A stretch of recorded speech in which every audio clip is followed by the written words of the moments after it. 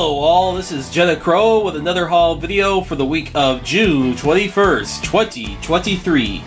Let's kick it off with comic books, starting with Marvel Comics, and we have The Avengers, issue number 2, legacy number 768. Let's go. Next up, we have Cult of Carnage, Misery, issue number 2, with the latest symbiote on the block, Misery, because we don't have enough symbiotes yet. We really don't. Next up, we have Edge of Spider-Verse, number 3, with the Spider Smasher, and Spider-Boy.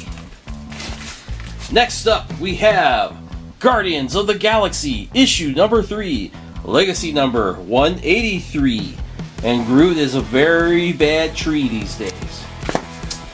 Then we have Hallows Eve, issue number 4. Brand new series here. We have The Incredible Hulk, number 1, legacy number 782. And this particular Hulk series I'm looking forward to because he's going to be a big old monster hunter now. Woot woot. Next up, we have Scarlet Witch Annual, number 1, featuring the de-aged, because of WandaVision, Agatha Harkness.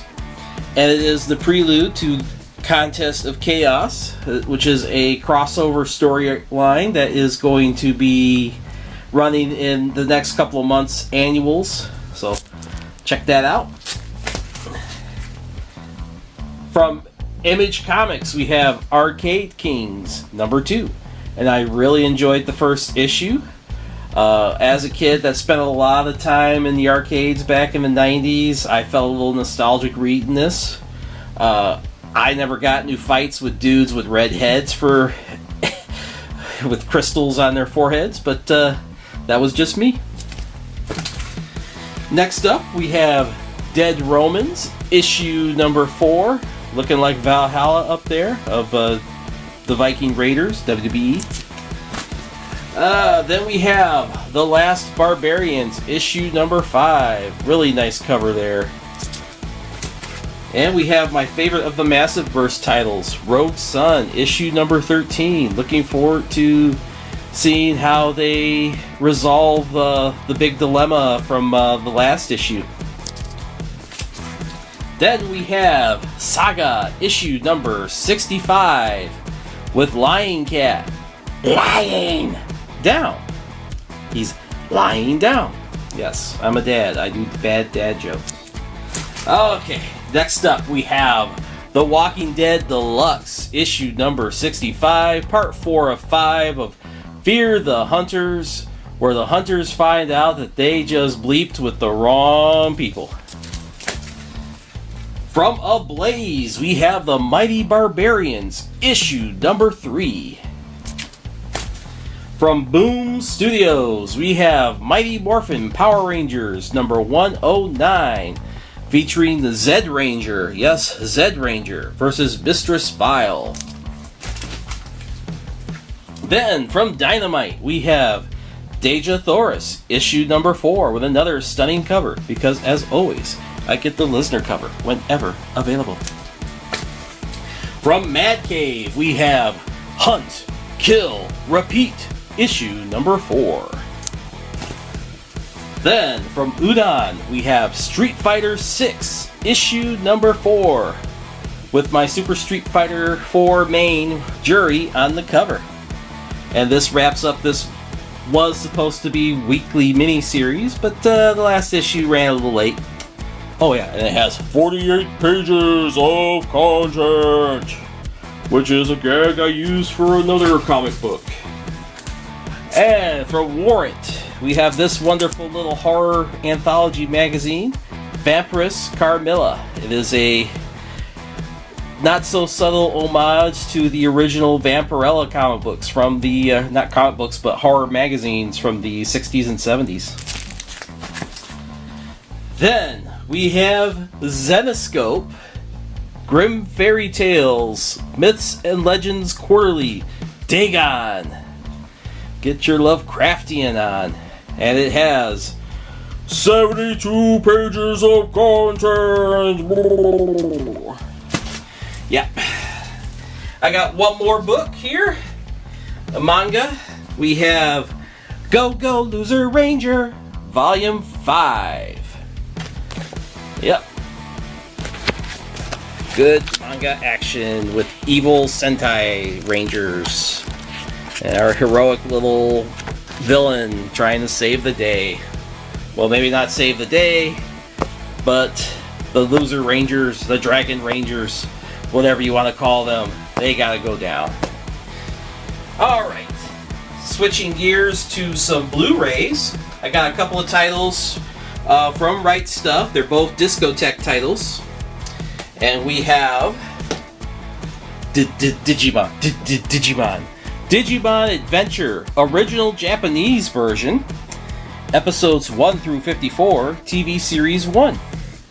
And like it says, it's the original Japanese version. It's not the edited English dubbed version that appeared on Fox Kids back in the 90s.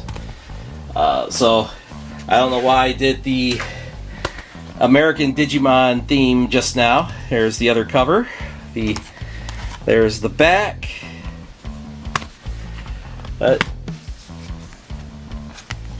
Disc 1, Gabumon. Disc 2, got some sincerity going on, some reliability on Disc 3, and Disc 4 is all about that light. And here is the inside. It's a reversible cover, which is basically the same artwork as the slip cover. But yeah, I like Digimon well enough. I wasn't a fan of it when it first aired, at least not the first season. I liked the second season better, and then I really liked Tamers up until they kind of lost the plot with the D-Reaper nonsense. But I decided I wasn't going to get the English language versions, which Discotek did release the English dub, the edited one, a couple months ago of this season. But I was going to hold out just for this one because I'm going to watch it unedited with the original Japanese dialogue, with the subtitles, all that good stuff. And I will enjoy it that way. And hopefully Discotek will do the other seasons the same way. Like, go ahead, release the English versions for people that are nostalgic for that version, but I do hope they continue to release Digimon in this format as well. And I got one more title. This one is definitely a nostalgia kick for me. Speaking of nostalgia, it is Iria, Zeiram, the Animation Master Collection. Zeiram is a sci-fi horror movie. Not horror, but monsters and stuff. It was a sci-fi movie back in the 90s from Japan, created by Keita Amamiya, who would later become better known as the creator of Garo. Really great Toko series from the mid-2000s or early 2000s.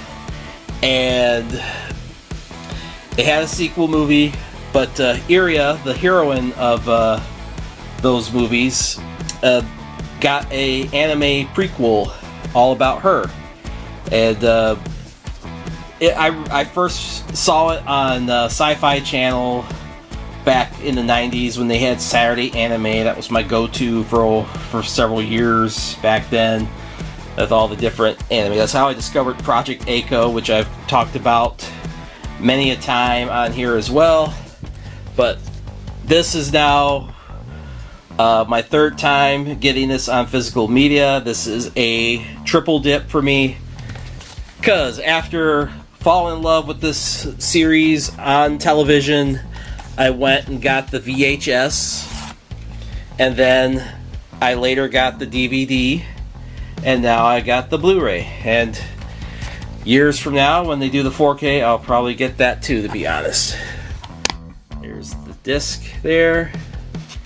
But Zeiram is basically like a unkillable alien monster that regenerates and contaminates everything.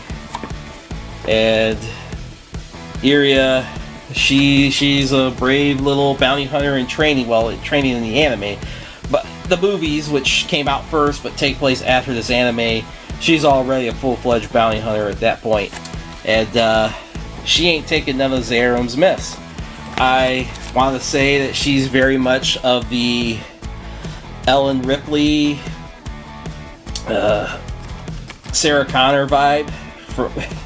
So, with a bit of a Japanese twist. But that's the type of character we're talking about here. So, love me some Iria, just like I love me some Zeiram. And I'm looking forward to revisiting this in high definition. Let me just straighten up that jacket.